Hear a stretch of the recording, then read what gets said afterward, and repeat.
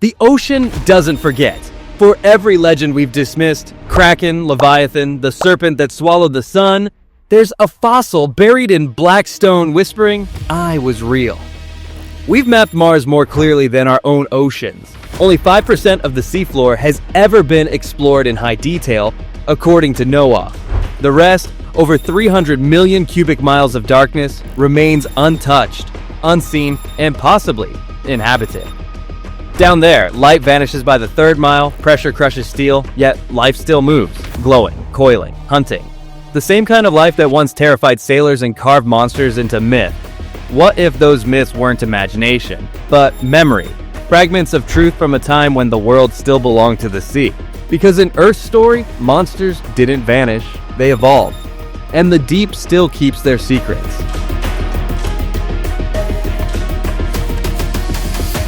For thousands of years, sailors, priests, and poets all told the same story in different tongues, of something vast moving beneath them. Tentacles that could wrap around ships, eyes that shone from the deep, and waves that rose without warning, swallowing fleets whole. Modern science called them superstition. But every legend begins somewhere. Behind each story, the Kraken, the Leviathan, the sea serpent, there lies a fossil record, a sound, or a sighting that refuses to die.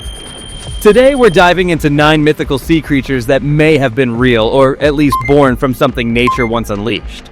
From Triassic predators that rearranged the bones of their victims like trophies, to sonar recordings that shook the Arctic silence. This is where paleontology, folklore, and the unknown converge. Before we dive in, hit subscribe to Beyond Extinction, where we explore the forgotten chapters of Earth. From the creatures that outlived extinction to the mysteries science hasn't solved. Because down here, in the planet's last true wilderness, myth and evolution still share the same ocean. And our descent begins now.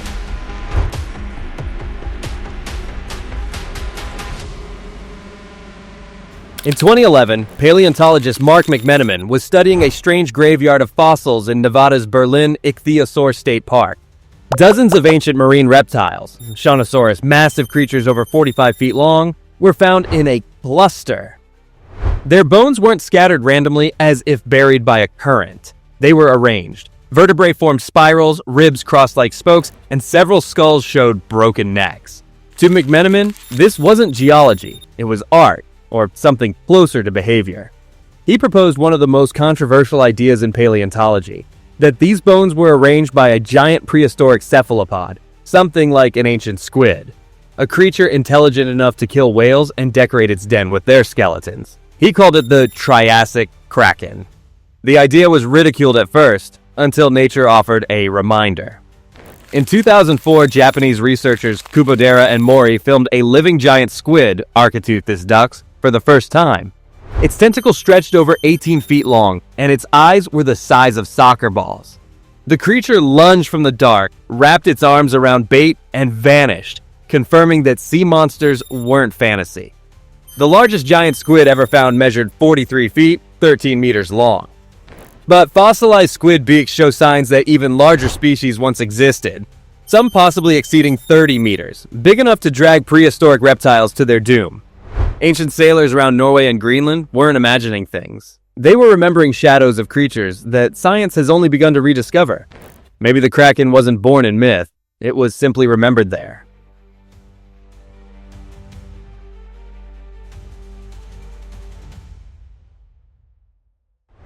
The Bible describes Leviathan as a beast of such power that no sword can pierce its hide. For centuries, that verse stood as poetry, until paleontologists in Peru's Pisco Basin found something that fit the description almost perfectly. In 2010, researchers uncovered the skull of Leviathan melville, a whale so massive it could rival Megalodon. Its skull measured 3 meters long, and its teeth were 36 centimeters each, longer than a human forearm and thicker than a soda can. This wasn't a filter-feeding whale like today's gentle giants. This was a hunter. Evidence from fossilized bite marks shows that Leviathan preyed on other whales, ramming them at high speed and biting through bone. Its jaws delivered more than 50,000 newtons of force, enough to crush a car engine. It lived around 12 million years ago, in the same oceans as Karcharokles's Megalodon. Imagine that world, Two apex predators, both the size of buses, colliding in the open sea. When ancient people found whale skulls the size of small boats, teeth scattered along dry riverbeds, and legends of massive sea creatures passed down through time, Leviathan was born. A myth, yes, but one that now has a skeleton. The truth is that for millions of years, the ocean really did belong to monsters. And Leviathan wasn't one of them. It was the king.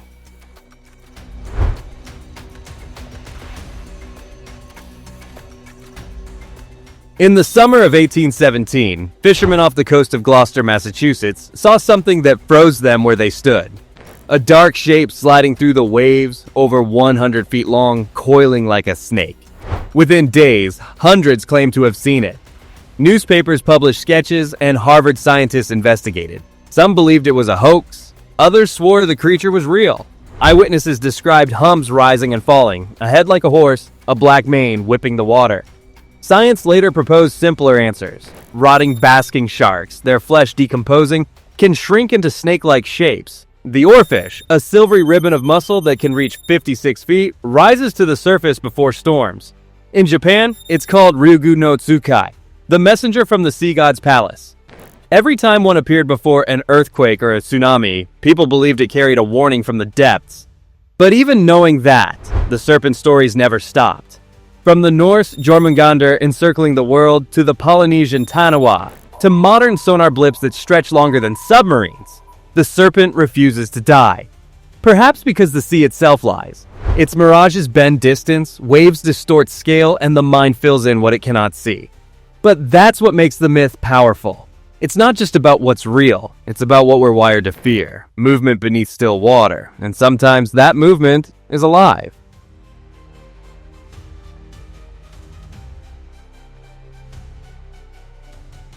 Across South and Southeast Asia, the Naga has guarded rivers, rain, and treasure for thousands of years. In Hindu and Buddhist myth, these half-human, half-serpent beings dwell in lakes and underground palaces, rulers of the underworld's water veins. But what inspired them? Archaeologists trace Naga carvings back 3,000 years, adorning temples like Angkor Wat in Cambodia and Khajuraho in India. Each sculpture shows a serpent coiling protectively around sacred pools or gates, an ancient warning to respect the water. In 1901, Egyptian fossils revealed something extraordinary. Gigantophis garstini, a prehistoric snake over 10 meters long that lived 40 million years ago. Such a creature, if ever stranded by an ancient flood or fossilized near a riverbank, could easily inspire stories of divine serpents. Add to that Asia's frequent monsoon floods and deadly cobras, and the myth feels less like imagination, and more like memory. Even today, the festival of Nag Panchami honors living snakes with milk offerings. People believe angering them can bring drought or sickness, while appeasing them ensures protection. Science explains the biology, but faith keeps the reverence alive. And perhaps the Naga's legend endures because it speaks to a truth older than any scripture. The deeper we dig into Earth, the more serpents we find sleeping beneath it.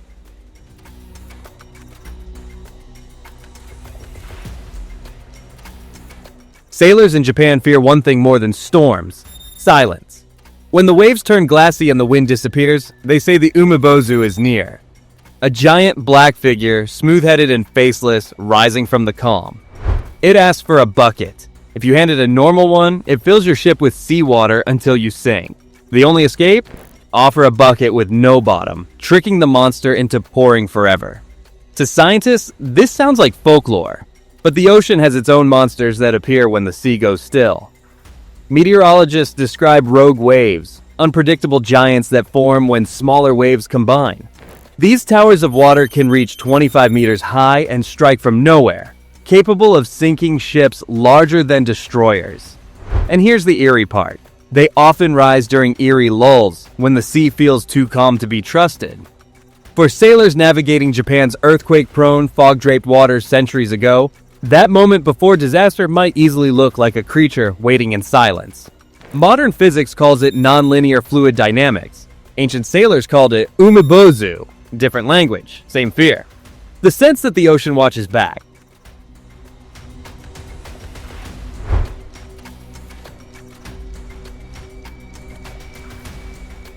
On November 20th, 1820, the American whaling ship Essex met its doom. Somewhere in the Pacific, a massive sperm whale attacked, twice. The impact shattered the hull, sending the crew drifting for 89 days, forcing survivors to eat the dead to stay alive. That real event became the seed of Herman Melville's Moby Dick. But Melville didn't exaggerate. He documented. Throughout the 19th century, logbooks recorded other attacks. In 1851, the Anne Alexander was rammed and sunk by a whale that targeted it deliberately, as if remembering what the hunters had done. Modern biologists confirm that sperm whales, the largest toothed predators on Earth, can deliver impacts over 400,000 newtons, enough to splinter wooden hulls. Their brains are the largest of any animal, capable of complex social memory. So what Melville called vengeance of the sea might have been something else. Intelligence reacting to slaughter. By the mid-1800s, industrial fleets had killed hundreds of thousands of whales. It's no wonder the ocean seemed to fight back. To humans, Moby Dick was a story about obsession. To the whales, perhaps it was simply a war story.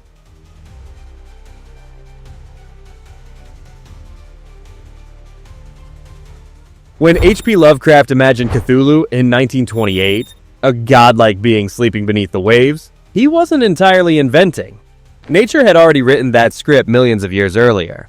Meet Tusoteuthis longa, a squid-like predator from the late Cretaceous, around 70 million years ago.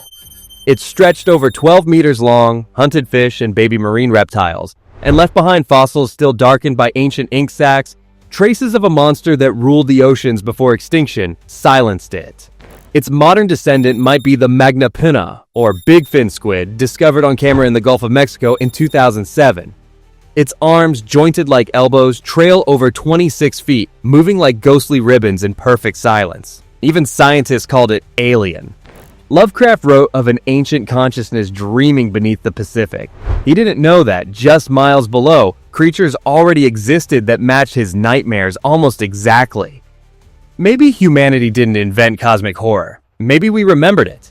Because every time light fades in the deep and a camera catches something moving just beyond its reach, one truth becomes clear. Cthulhu was fiction, but only barely.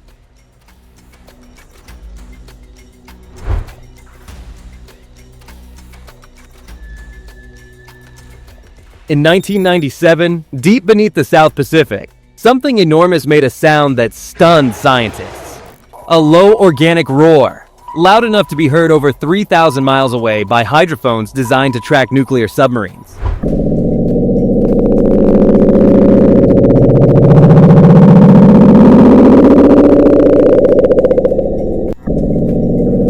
It was nicknamed the BLOOP. NOAA researchers initially thought it might be mechanical, maybe an underwater explosion. But the sound profile didn't match. It was biological, like a living creature. Only one problem. It was several times louder than any known whale on Earth. Eventually, scientists proposed a natural cause. The cracking of icebergs, what they called icequakes. But even today, no one can fully explain its strange rhythmic tone. And it wasn't the only one. Recordings named Julia, Upsweep, and Whistle, all captured in the Pacific, shared the same eerie pattern. In one 1999 recording, Julia lasted nearly 15 minutes, echoing through thousands of kilometers of ocean. A passing satellite even spotted a shadow the size of a city drifting under the water at the same time. Coincidence, maybe. But deep sea biologists quietly admit one thing. There could still be marine animals so massive, so deep, that we've never glimpsed them. Even the largest submarines have explored less than 0.05% of the ocean floor. The rest remains a black ocean of unanswered questions. So when people say the bloop was just ice cracking, they might be right. Or they might be underestimating what the ocean is still capable of saying.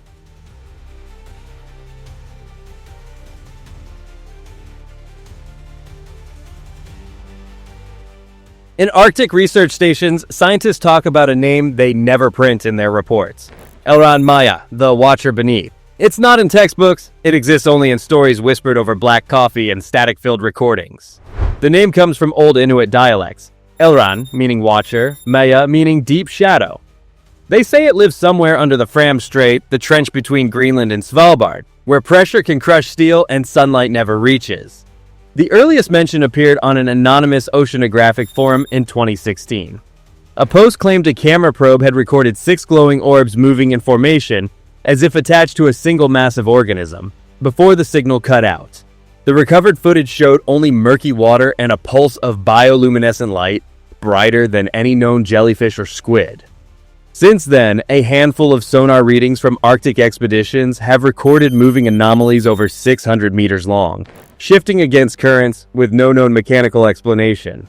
Skeptics dismiss ELRAN MAJA as digital folklore, a modern kraken for the internet age. But here's the part science can't deny.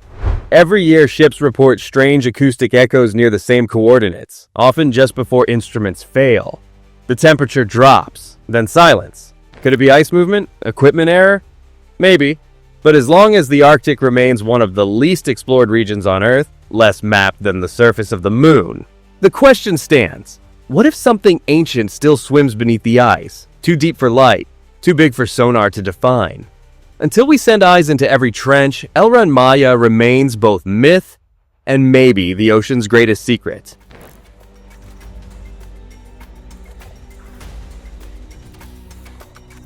Every culture tells ocean stories: monsters, gods, guardians, destroyers.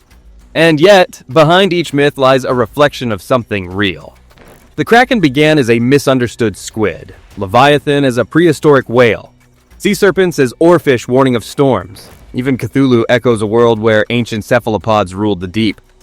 We call them legends, but they might just be memory, inherited echoes of a time when humans feared, respected, and depended on the sea. After all, our planet is still mostly ocean. And of its 1.35 billion cubic kilometers of water, we've seen almost none of it. Every dark trench hides a billion years of evolution, still breathing beneath our ignorance. The truth is, myths aren't stories of things that never were. They're stories of things we no longer see. So the next time you hear the ocean fall silent, the next time your ship creaks and the sonar goes quiet, ask yourself, are you sure the legends are gone? Or are they simply waiting for us to come back?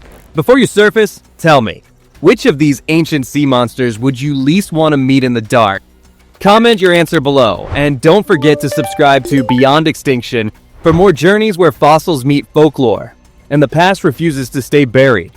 Because down here, the deep doesn't forget, it just remembers differently.